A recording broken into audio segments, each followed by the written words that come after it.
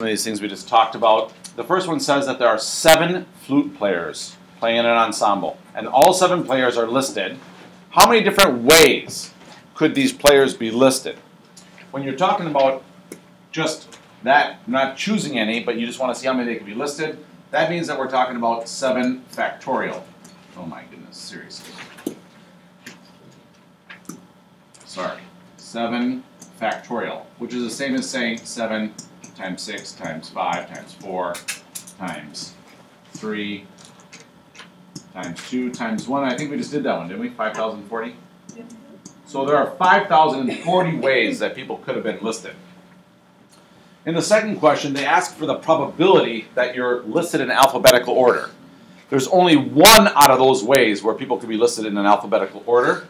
So your response for the probability would be that it's 1 out of that 5,040 that could happen, which is a very small chance that they're going to be listed in alphabetical order.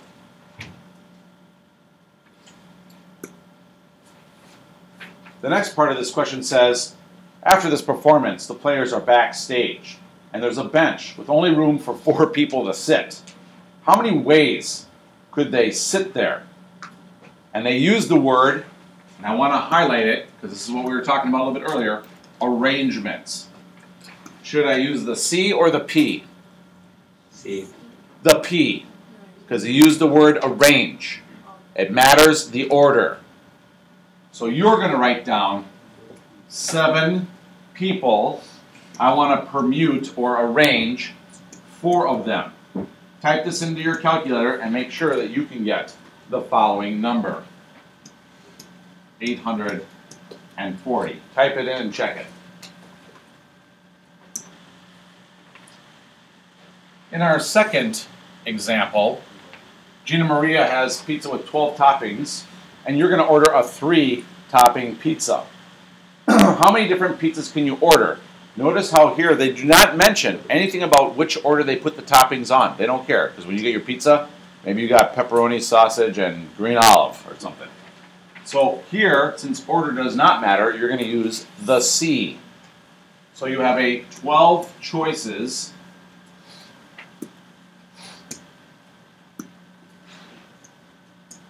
And you're going to use the C, and you're going to choose 3 toppings.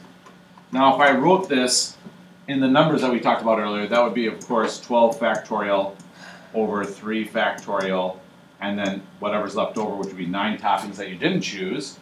But you can just type in the 12, go into your calculator, get the C thing, type in 3, and 220, thank you, 220 different kinds of pizza that are 3-topping pizzas out of the 12. In number 3, there are 8 girls running in the finals of the 100-meter dash, and medals are awarded for 1st, 2nd, and 3rd place. Does order matter? Yeah, it does. Because if you finish 1st, that's different than finishing 2nd. So what kind of thing are we going to use? P, permutations. So I now write down that I have 8 girls, which is 8, and I'm going to use the P because order matters, 1st, 2nd, and 3rd place, and only 3 girls can win. And when I type this into my calculator with the P,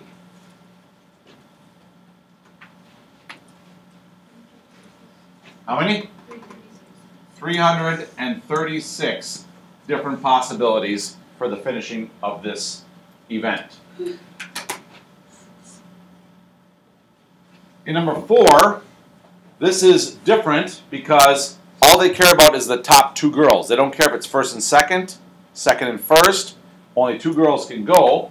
This is a little bit different than the other one because the organization does not matter.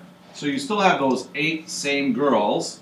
This time you're going to use a C, and you're picking 2 out of those girls to go on to the finals.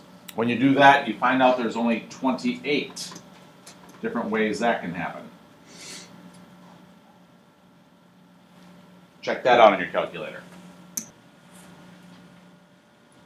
In example number 5, we have a committee of 12, and we want 3 to be in the study.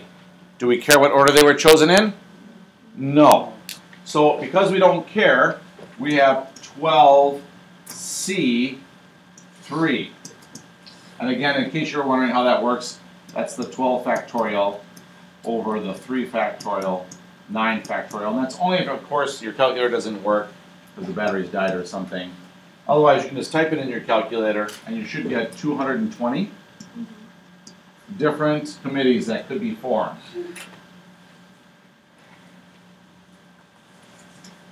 And we kind of did number 6 earlier in our chapter, where they talk about license plates. So we need 3 letters and 3 digits.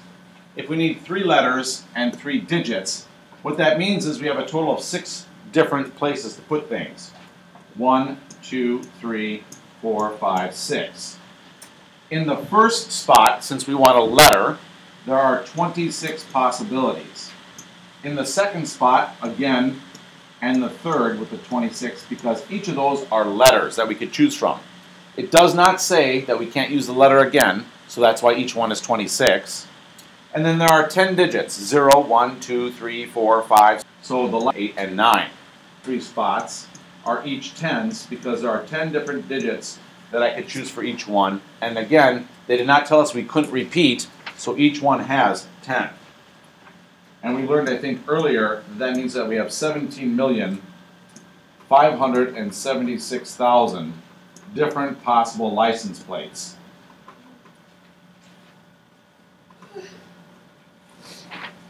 In part B, this talks about, wait a minute, what if we don't want to repeat any letters or numbers? So there's a small difference between the first part and the second part. In the first part, instead of all 3 of them being 26, each time I can't repeat the letter, I have to go down by 1. So it's 26 times 25 times 24 for the first 3 blanks. And the digits works the same, 10 times 9 times 8, because again, we are not repeating anything. And so the total number of possibilities here is 11,232,000 different possibilities. But that actually was not the question. The question is, what's the probability that we get this? So what you do to figure that out is you take that purple number that we just got done with, the probability then, will be equal to that 11,232,000 out of the total number of possibilities that we talked about in the previous part of the question, which was 17,576,000 that were possible. And you get a decimal representation about what that's going to be.